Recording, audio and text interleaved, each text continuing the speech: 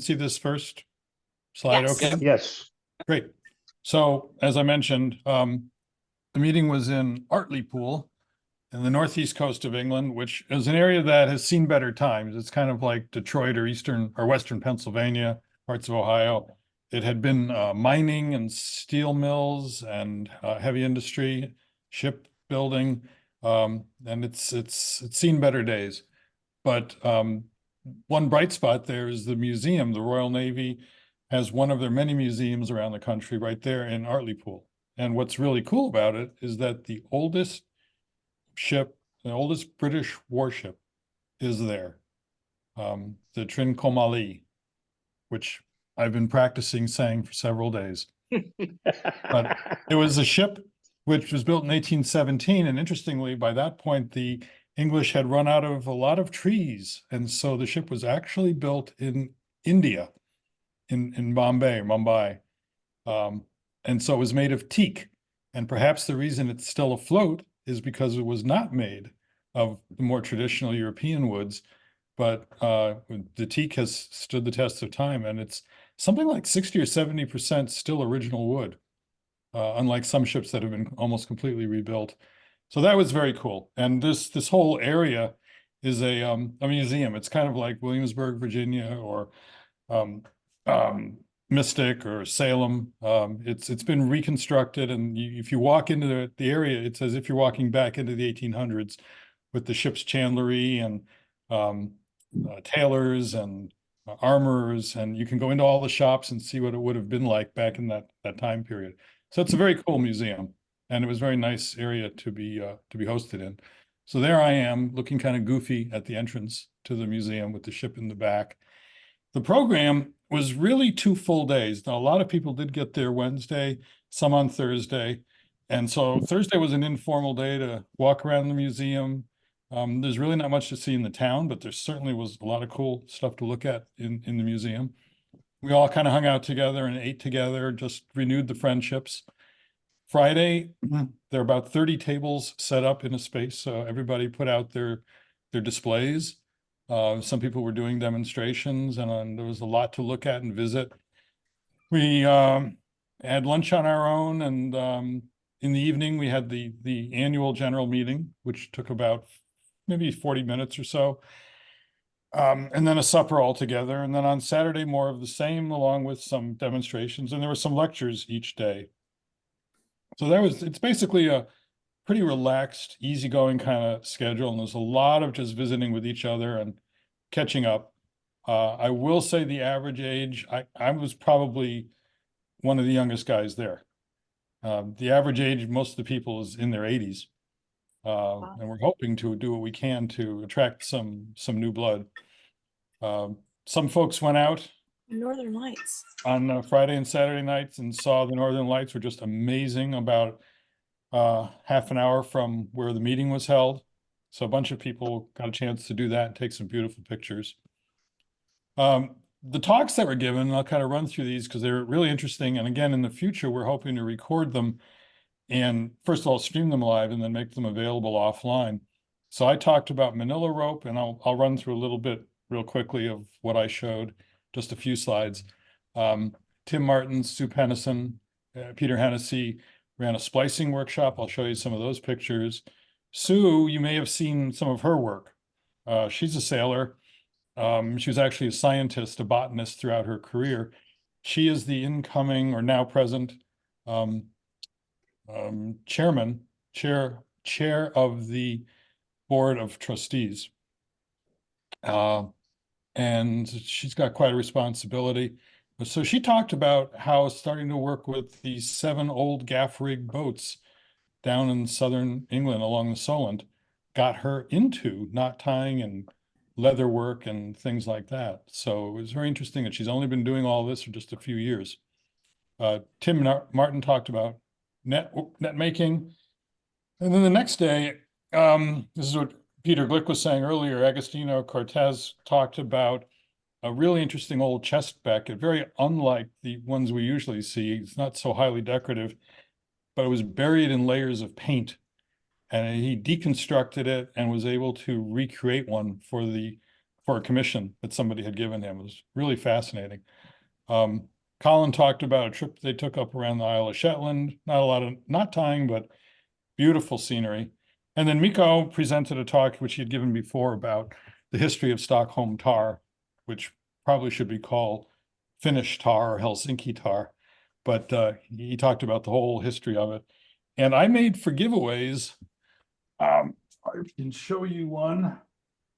And if you up in the corner where my picture is, if you can see that. So I've got these little giveaways, which are Stockholm tar. So these are little felt pads, which I essentially dipped in tar and baked in the sun for several days, wrapped them and labeled them nicely, and gave one for everybody who registered at the meeting. So I have this hanging here in my my rig loft at home, and every day I walk up here, it smells like I'm walking back into the 19th century. Love it. And as long as it doesn't get too strong, Denise is okay with it. So I'll flip through a couple of things because there's quite a bit of discussion about manila rope. And the issue had come up, why can't we get nice manila rope anywhere? Everything that we're getting nowadays is pretty kind of ugly, dark. It's got the outer sheath, kind of almost the bark in it. And if you look carefully at some of the old books, there are a lot of references to after the Spanish-American War around 1880 that manila rope began to replace hemp in part because it was less sensitive to moisture, more durable, and surprisingly softer than hemp. I think all of us would say the manila we get nowadays is pretty darn hard and scratchy. It's nothing like nice hemp. But there are a lot of references we found that when it was originally popular, it was a much different material than we're seeing now. So several of us have been digging into this, and so we all had a chance to discuss what we're finding or not finding. And manila, looks beautiful. It doesn't look like any other material. And in the top here, you see this is some vintage rope I was able to find, and what we're getting nowadays looks a lot like what's down at the bottom. There are people manufacturing this kind of rope who call it grade 1 or class A or something like that. Actually, there is no designation of class or grade. There are only two standards, ISO standard and a Cordage Institute standard.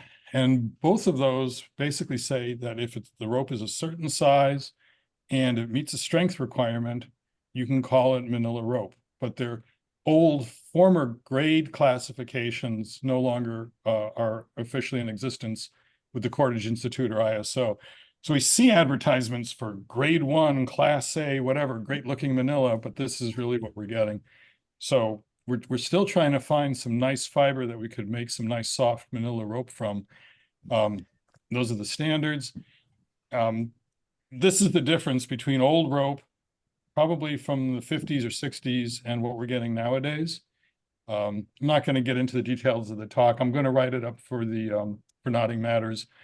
But we did find a place that's it's importing some of this really beautiful, what's called S2 grade Abaca fiber into the United States. And most of this is being used actually for paper and tea bags and currency. It never finds its way into rope making anymore. And fabrics, cineme and other fabrics made in the Philippines and in Japan.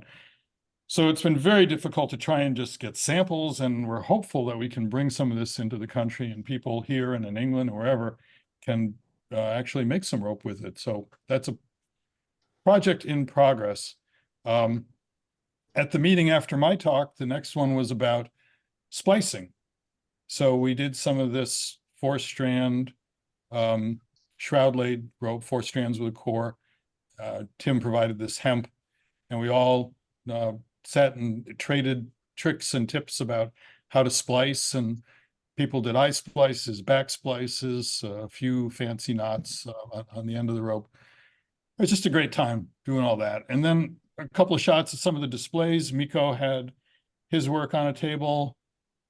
Joe Bennett, for my money, was the most amazing Wow. table of work. So this was a decorative plate that he had done. So bell rope, and the picture doesn't do it justice. This is one of those things that if you have it in your hand, you just are in awe at the texture and the depth of it. This is his blog where he has a lot of information on how to tie the things that he's done. And I would encourage anyone who's interested to take a look through there. jbknotting.blogspot.com. Joe Bennett knotting. Just some absolutely amazing work. He's been doing this for a very long time. It's very beautiful. Great stuff. A lot of people had done lanyards. This was the challenge for the year, to bring your best lanyard that you made. A lot of these went into a raffle. There were maybe 60 or 80 prizes that people had donated that were raffled off. We did rope making. There were about 4 setups of rope making out on the walkways in the museum outdoors there. And so we had a lot of kids who had a chance to crank the handles and make rope and take a piece of rope home with them. So this is Sue Pennison on the left, who is rope maker, leather worker, and is now the chair of the Board of Trustees. Next to her in the middle is Marina Snellman, Miko's wife. And there's Miko, and I don't know how they let me sit with them, but I'm over there. David Bodger on the left, his wife Penny, and all the way on the right, Jane Grundy. And so these are all our meals. We all had a room set aside. We all sat and ate and visited and just chatted up. That's try and give you a flavor of the meeting, and that's what it was like. Very friendly, very informal.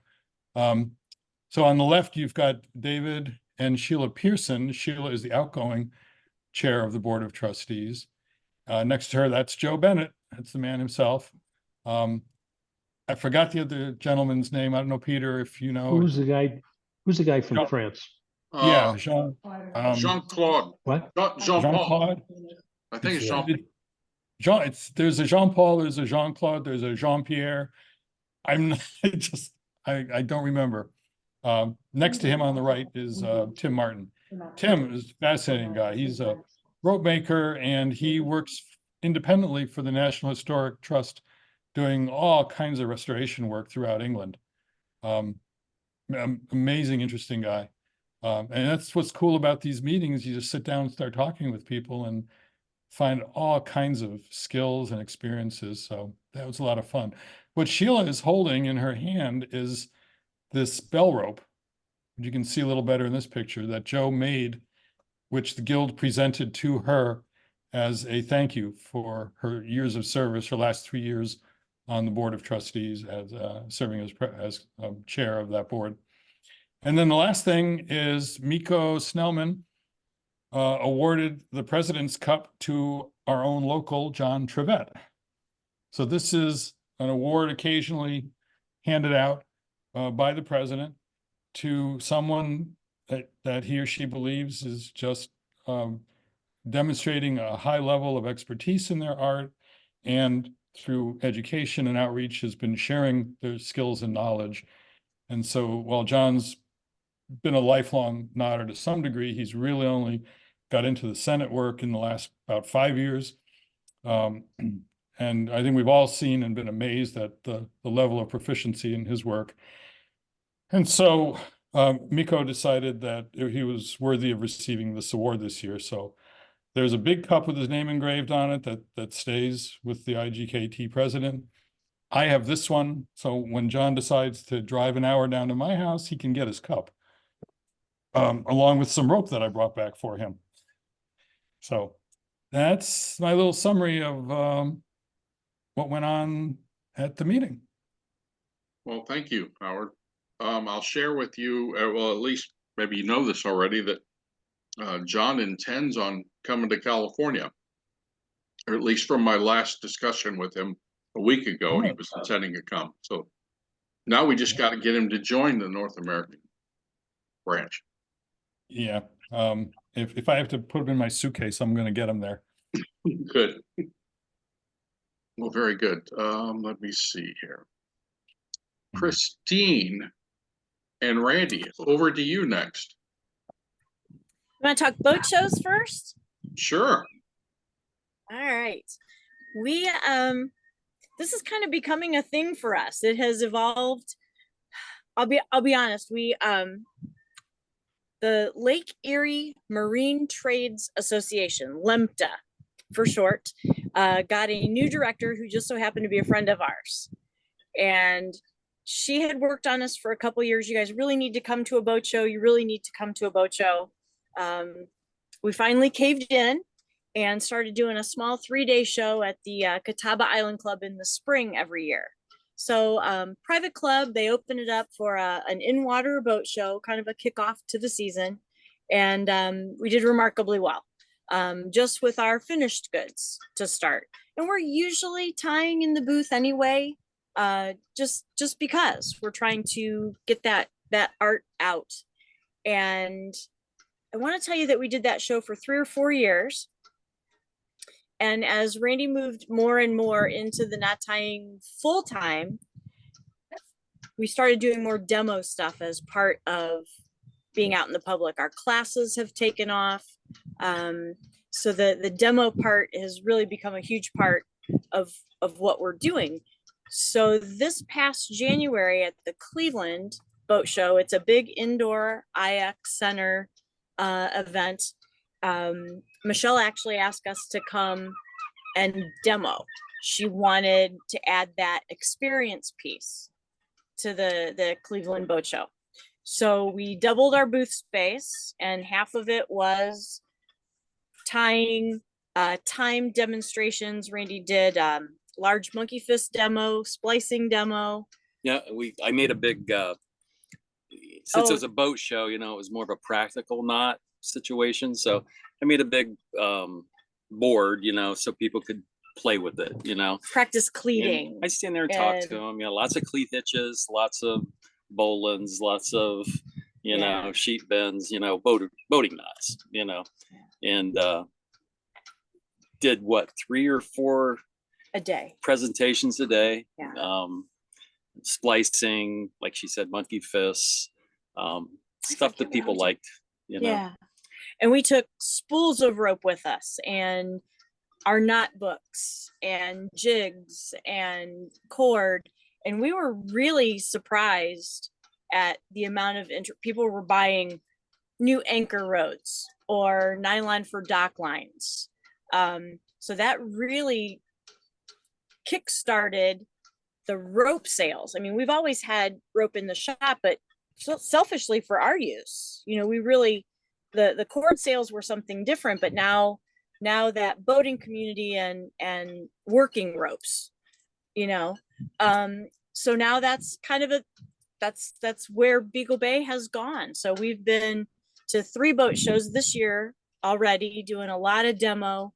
Our classes have really picked up as a result of the increase in demo when we're out. Christine did a class today. We're the local Shores and Islands tourist tourism.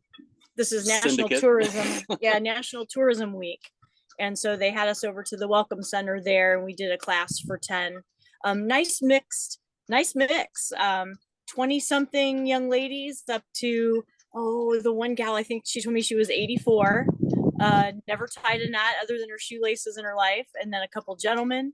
And it was a fun group. Mm-hmm. So it seems like that really is catching on. The Maritime Museum, we've done classes there. Yeah. Lots of young people there. Yes. You know, so. Yeah, but the outreach to the public. Well, don't be afraid of the larger events, but take something huge. Yeah, they like the big stuff. They like big stuff. Randy's got this monkey fist. You've tied, I think, a half dozen of them now using 1.5-inch cotton. And I mean, the thing is 1.5 feet. Yeah, the core is a soccer ball. Yeah. And the people just love to come in and touch it. You know, lift it, and swing it around. And they're walking by and it gets their attention. So get the hook. And then they'll talk. And so we're calling that extreme knotting. he's tying this big stuff, and people love it. And we never expected to sell it. It was our prop. And one walks away. We call that helping us offload the show, one knot at a time. That they're helping us exit the booth. People love to talk about it. They're either fascinated by it. They served and they used to tie knots. Scouts as kids. A grandfather that used to tie knots with them. It's all over the board. It brings back memories for people. Yeah. They share their experiences with us. And then there's the practical side. The husband has been trying to show the woman how to do that cleat hitch, and she seems to take it better from me than from him. And then you see people, then you'll see somebody that you talk to at one of the shows or something, and then they'll come in and they'll buy a book, or Yeah.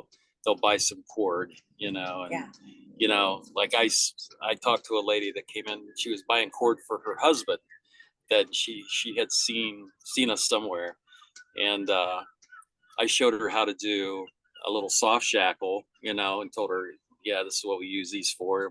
You can use it for this or whatever. I said, and I taught her how to do it. She knew how to do it by the time she left. I go, show your husband that. And, Yeah. and she's going, I don't know. He might get mad at me. Yeah.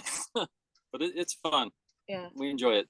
But the boat shows, that it's really it's growing for us, and it's a huge compliment to us that the organizers invite us to demo, that the organizers are seeing value in the experience side of it. And so that's so now they're on our side as far as the outreach and the network piece. The organizers feel that it's an important piece, that there's enough interest, that it's a value added for the show. And so that's just another step. And, we've got our little IGKT plaque, and we tell people about the organization, and, they can't believe it, at first, that really, no, really there is. And it's a broad spectrum. And so we're trying to fan that spark, and we feel like it's fanning. Mm-hmm. There's an increase in interest. Quick question. Do you think it would benefit if the branch or the North American had a actual brochure, a glossy brochure with information that Absolutely. you could hand out, that might have, information about the guild and membership? Yes. It sure would. Even a 1/3 sheet, Pete, just something, Even a postcard. yeah, anything. Yeah, with the website and with that's what they're looking for. It's like, you have any information on anything, or where's your store? How do I get involved? Yeah. We did a thing at a high school. A shop teacher came into the store, and he wanted his class was doing knot boards. That was one of their projects, and he wanted us to come in and bring some stuff and just help the kids tie knots. I mean, these kids had knots they wanted to do that I'd never heard of. They stumped Randy. And it's like, but it was fun. It was a good day, so I'm sure some of those kids are still tying knots. Oh yeah.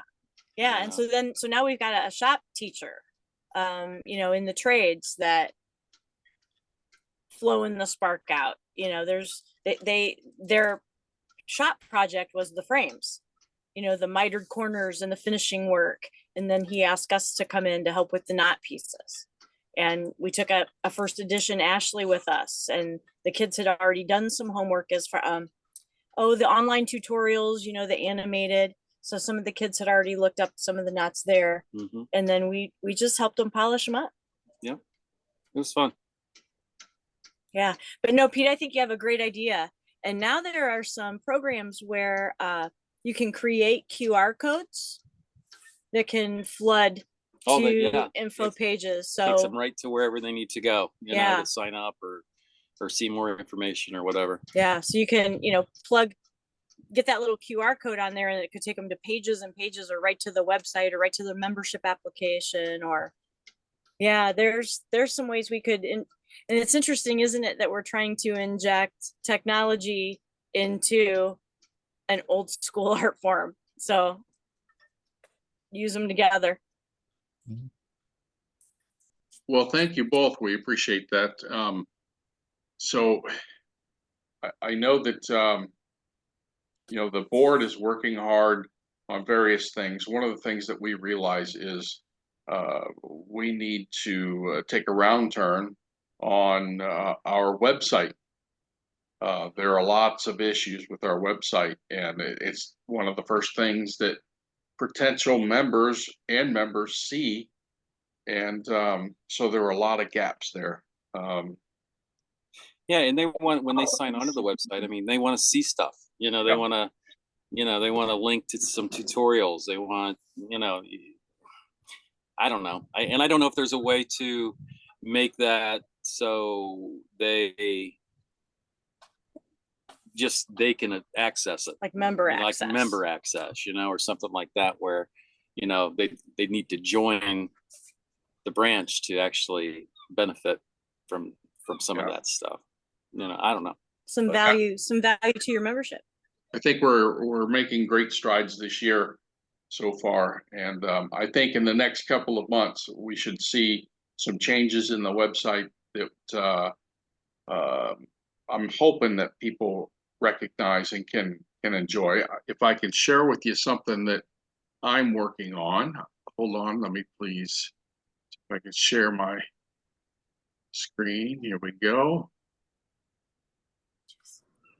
Mm-hmm. So this is a project I started yesterday. Can everyone see this photo, this map? It's coming. It's grinding It's right coming, now, Jim. Jim. Okay. There it is. Okay, good. So I got a list of all the members in our branch, and Awesome. I am 25% through inputting the locations of all of our people. And I was interested to find out we have someone in Mexico. I didn't realize that. They're barely in Mexico. They're in Ensenada, just south of the border, but still they're in Mexico. Okay. And right now I've only gotten to 2 of the Canadian folks, but we have a few more. Like I said, I'm 25% in, so I think we're really going to fill up this page. I got this idea from IGKT France, and on their website, they have the same sort of thing where you can take a look and say, hey, you know what? I'm not far at all from 3 or 4 other knotters. Right. Good Maybe- idea, Jim. Maybe we can get together on a weekend or a Sunday afternoon and do a little knotting together. Love it. I think this will be very helpful. Nice idea. Thank you. Stop. All right. Were there any questions from anybody? I Before don't have proceed? Yeah, go ahead. I don't have a question, but I have an idea of how you can reach like the younger people that are into knotting. They're all yeah. about the technology. So if we could have an interactive app for members, that would help them like learn how to do things. Because I didn't even know about knotting until I moved out here. Like I didn't even know it was a thing. And I'm from East Tennessee. So if we had like more of a app that would help like with certain things, because if I didn't have my dad, I wouldn't have half the stuff I have done. Because I have no idea how to read those books because like of the pictures, like sometimes it gets confusing. So if there was more of like a interactive thing, I think it would be better besides just Facebook. Because I know I can reach out on Facebook, but I'm just saying. Thanks, Raven. Any other comments or questions for either of the presenters this evening? Yes, Therese. We heard that Beagle Bay has colored cord. Is that true? Yes. What do It you is. have? It's true. We've got navy blue, regatta red. We have a little bit of topsail turquoise. We have black. We have a beautiful green, and we have some bleached white. And is that year round? Yes. Oh, wow. We Thank stock it you. all the time. You're welcome. Okay. Really like the blue. I like I I like 'em- like the blue too. I like them all, Jim, but so we're working with the mill. The green, for whatever reason, It's just a better lay. it's just a better lay. They did something with the green, and I don't know if it was the fiber or what it was. Oh, So I'll now have to- every order that I'm placing, I'm telling them make it like the green. I'm gonna have to reach out for some green then. And I'm not a big green fan. I'm a navy blue person, but it's a nice shade of green. And the regatta red and the topsail turquoise, those were our recipes. We sent them our samples when we used to dye those in the kitchen, and they matched it then. And when I originally was talking to Marty, he helped me get it all fixed, you know. Yeah, Yeah. So yeah, they're good guys. No, we keep colors year round, Therese. Very good. All right, any other questions? Are there any other topics that anybody wants to talk about, or does anybody need So- help with something? I have I all think- this Fender stuff here. Randy's got vendors. Yeah, show us the fenders.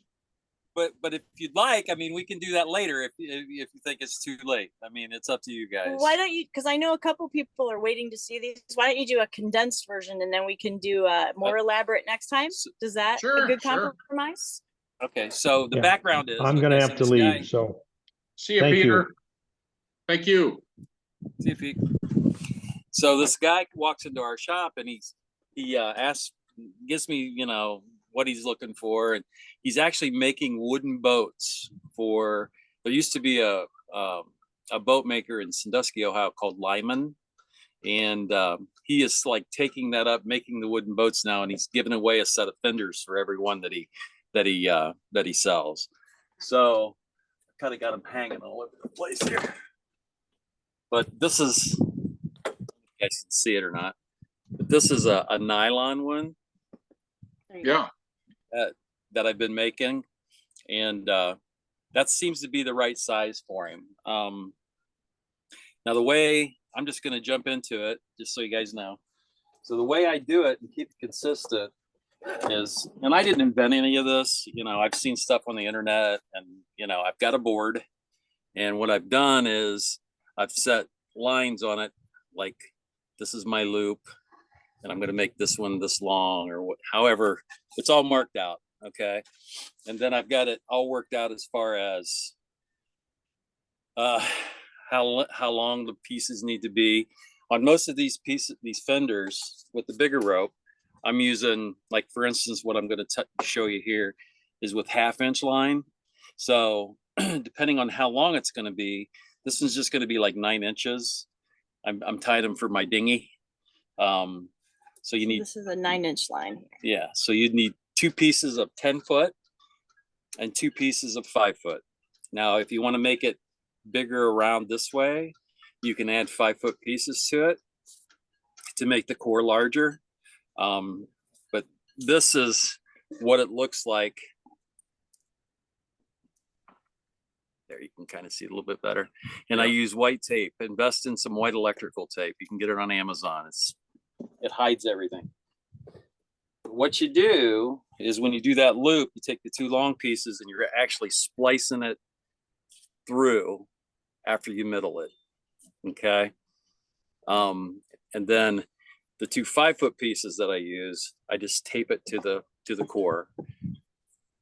And however long you want it, that's where you stop. So at 9 inches, that's the bottom of the fender. And what you do, I actually hang them because it's easier to work with them. Let me get this hung up here, guys.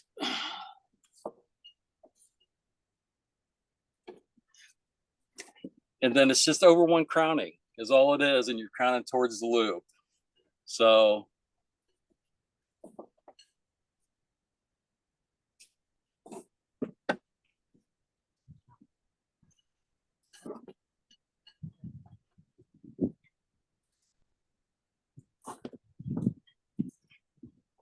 and I just keep going up. So then you end up with something like that. Okay. yeah. Hard to see. It got dark on us, All guys. right. Sorry. So this has about 8 of those courses in it. And when I get to the top, I go over 2 instead of over 1. Okay. And the reason I do that is it like draws it up against the loop. All right. So, oops, sorry. You guys know how to do over 2, right?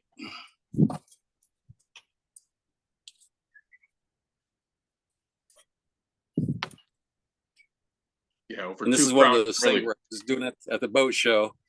I'm sorry, Jim, what? I was just saying over 2 crowning really locks it. It's a lot tighter It, than like over. pulls it all in, you know.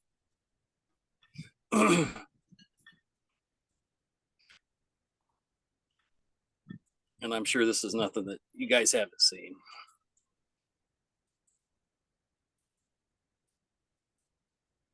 See how that, I don't know if you can see it or not, Yeah, but it really pulls it together. And then all I do is I go down and I'll splice down maybe 2 or 3 just to lock it in place. And I'm not a purist. I use glue because I don't want them to come apart.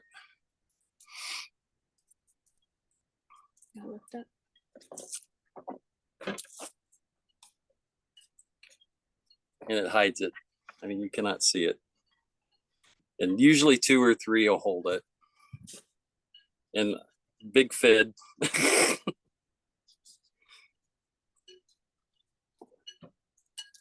And people are amazed at these shows when you show them this stuff. And it's, you know, it's not that hard. It's just, and then I cut it off right there. You just do that all the way around.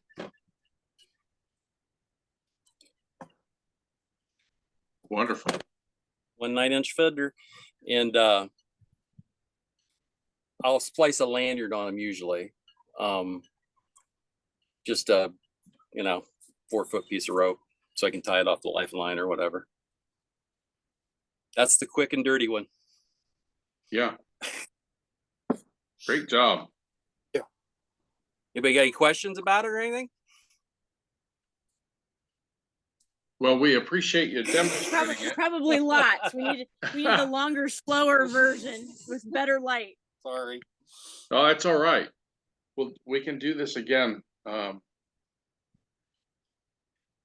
there any other questions for the presenters, or does anybody have questions or comments that they want to share, or any other work? Raven, or you want to show off your bottles? You should already know. I think Grover has a lanyard he wants to show us too. Yeah, that's right.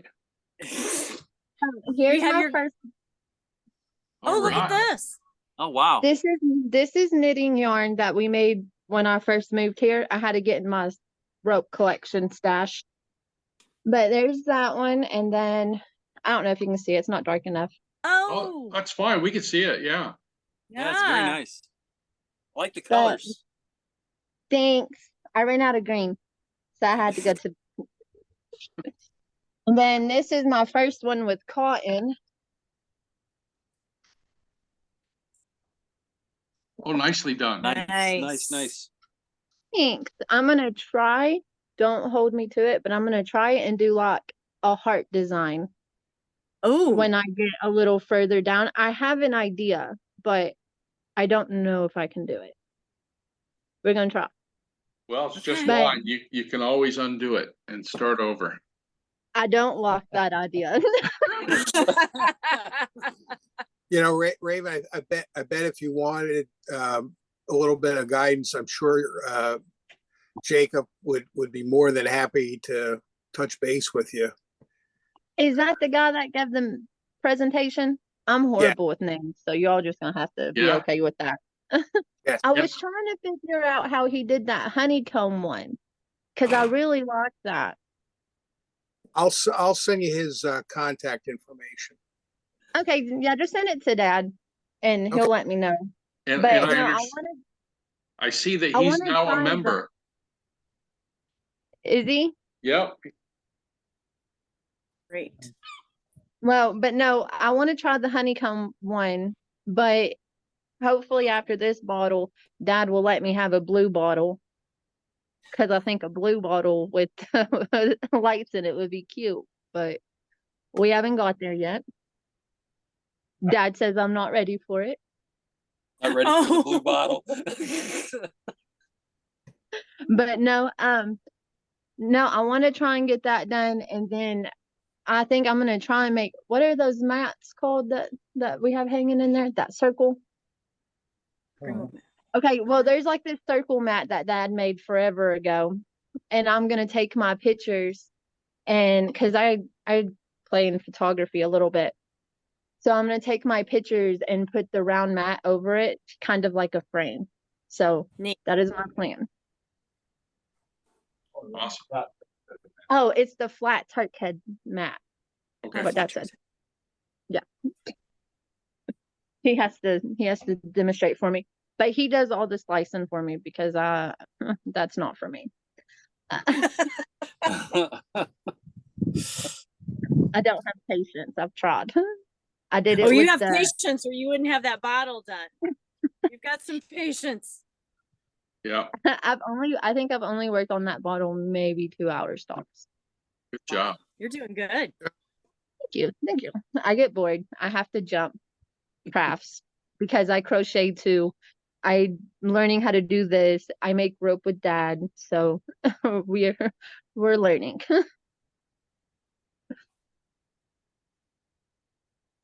All right. That's all I have for right now, but I'm sure I'll come up with something else for next meeting.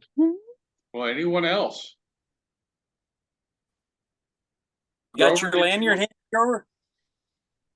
Hi, actually, I do have my lanyard with me. I would like to, Let's I see would it. like to Let's show see it. Please do. Do I hit the green arrow square? Hold to on, let share? me Oh, okay. make sure. I know nothing about Yep. these Zoom meetings. Yep, try to hit that green arrow. Share? There you go. Oh, I don't know if. Okay, I'm screen sharing. All right. Can y'all see this? What we see is your I had to start out with a class because where I work, we have to have a safety breakaway. okay, so you're not trying to show pictures, is that it? You're That's just correct. Oh, okay. So Oh, you don't need to do the share. yeah, undo your share then. Oh, let's see. That little Oh, it says stop share. Yep. Read the sign, Grover. Read Okay. the sign. And then for everyone else, if you go up to the upper right-hand corner where it says view and you click on speaker, when Grover's speaking, it'll give you a big picture of what Grover's doing. Okay, go ahead. Oh, Grover. okay. Okay, cool. Okay. All right. So obviously I can't see just what I'm showing here, but hopefully you'll be able to tell. I tried to do this as a starting out from both sides so that it would look mirror as I came down, rather than you would normally go completely around on a bosun's call lanyard. Yep. But following Sally Pointer's pattern on her 12-strand flat Senate, she had said that it was from research from the Bronze Age. So I thought that was pretty interesting in itself. So, and then joining it together down here, I was having some trouble with that, a lot of trouble. So I went to Vince Brennan's website, Afraid Not Arts, and got something that I felt like I could work with. And then a 3x5 Turk's head. Grover, Yes. a little bit higher, please. Oh, There you go. There it is. There we yeah, go. okay. A 3x5 Turk's head. I think this one is a 4x6. I've lost count already. A little bit of grafting in between, and then coach whipping, and I think this was a 7x6 on this Turk's head with some, and working my way down to 3-strand plat, finishing off with a Matthew Walker and then 3 eye splices to finish off with. and I hang my ID badges from this. But since it's so long, this winds up down below my belt buckle. So I use this little clip. I use this clip to bring it up on my shirt and hold everything high enough where the badges are supposed to be according to the job. Gotcha. It's okay. It's not perfect, but hey, I like it. It's There very you go. attractive. Looks pretty it's- involved. It is pretty involved on this one. Next time, it won't take me quite so long. I won't have to take so much of it apart. Because one side of this, I actually took it all the way apart because I didn't like the way that it was laying. So That's I what have we heard do. if I have heard on leather knots, if you make a mistake, cut it. It will teach you real quick. I'm not that brave to do that with this yet.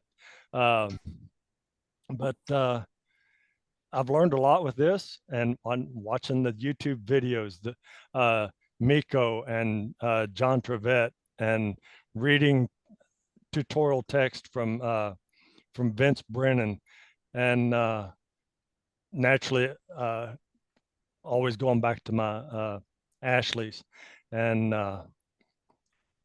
wanting to branch out more. I will as time allows, and looking forward to trying the new things and showing them off.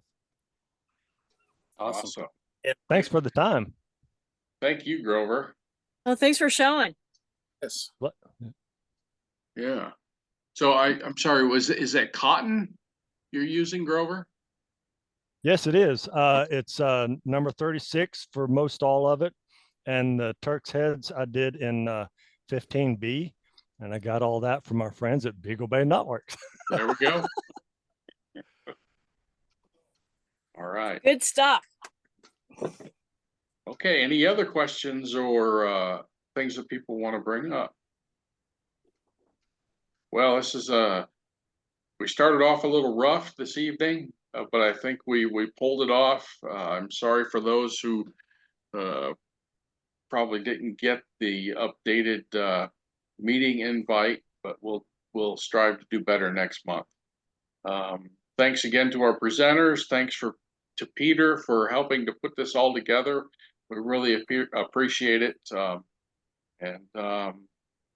If nobody has anything else, we'll go ahead and sign off for the evening. Thank you. Sounds good. Thanks, All guys. right. Good to see you all. Have a wonderful Memorial Day weekend. Thank you. You too. Yeah. Thank Take you. care. See y'all. Have a good night. Nice to see you all. Good night. Right. Take Night. care. All Bye. right. Good night, guys.